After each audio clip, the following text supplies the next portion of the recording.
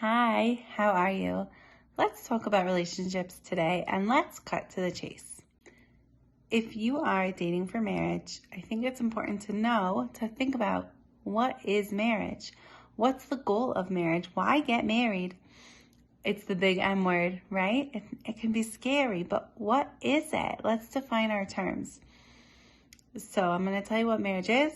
I'm going to tell you what marriage is not in the Jewish context. Okay. What marriage is. Marriage is the unity of two people, the complete becoming one. Yes, you are two individuals, but to some extent on a soul level, you're really one soul that was split in half. And you get to be reunited as one soul under the chuppah, and you live your lives coming back together and feeling that oneness.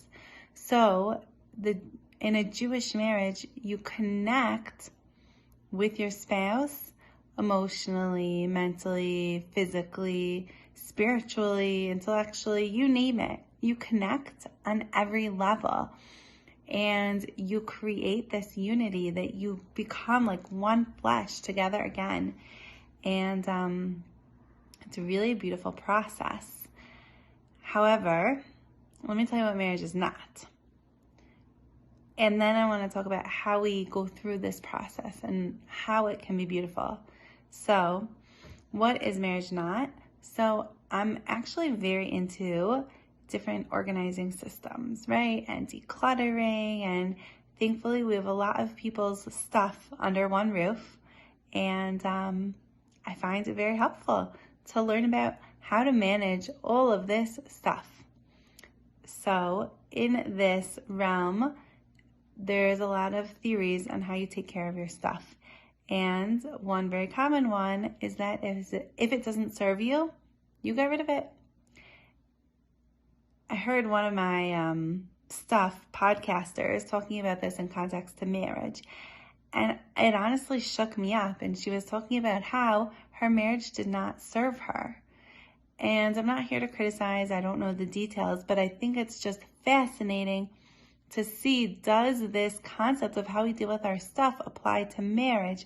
So I think in the Jewish definition, it does not, because marriage is not something that if it doesn't serve you, you let go of it. Yes, Judaism does believe in divorce, and there is a divorce process, and sometimes it is necessary.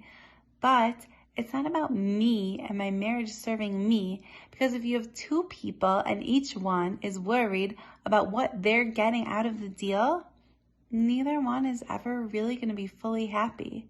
But if you have two people and each of their life goal and mission is to give to the other person and to see how much can I give, what can I give, how can I make them happy and bring joy to them, how can I receive and feel the joy that they are trying to give to me, right?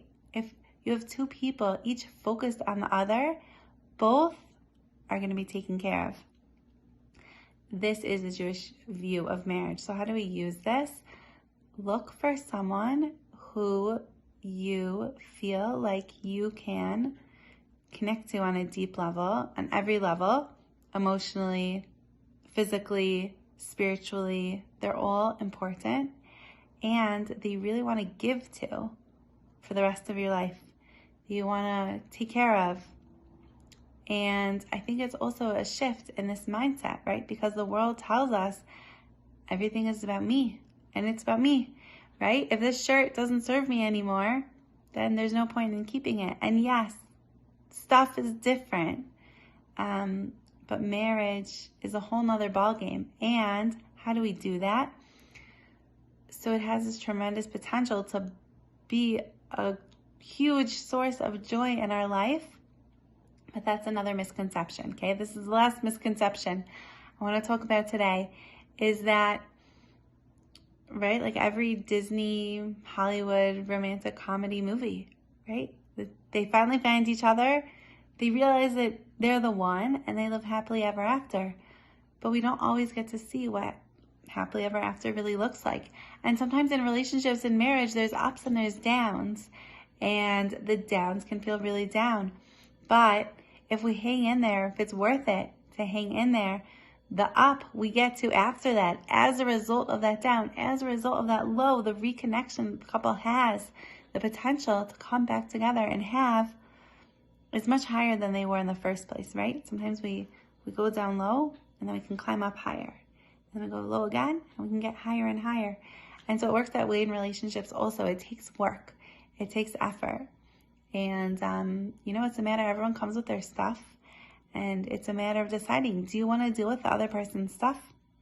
Is that package, something that you can handle in your life and you're okay with? And once you can figure that out, you can ride the waves together and build a beautiful marriage.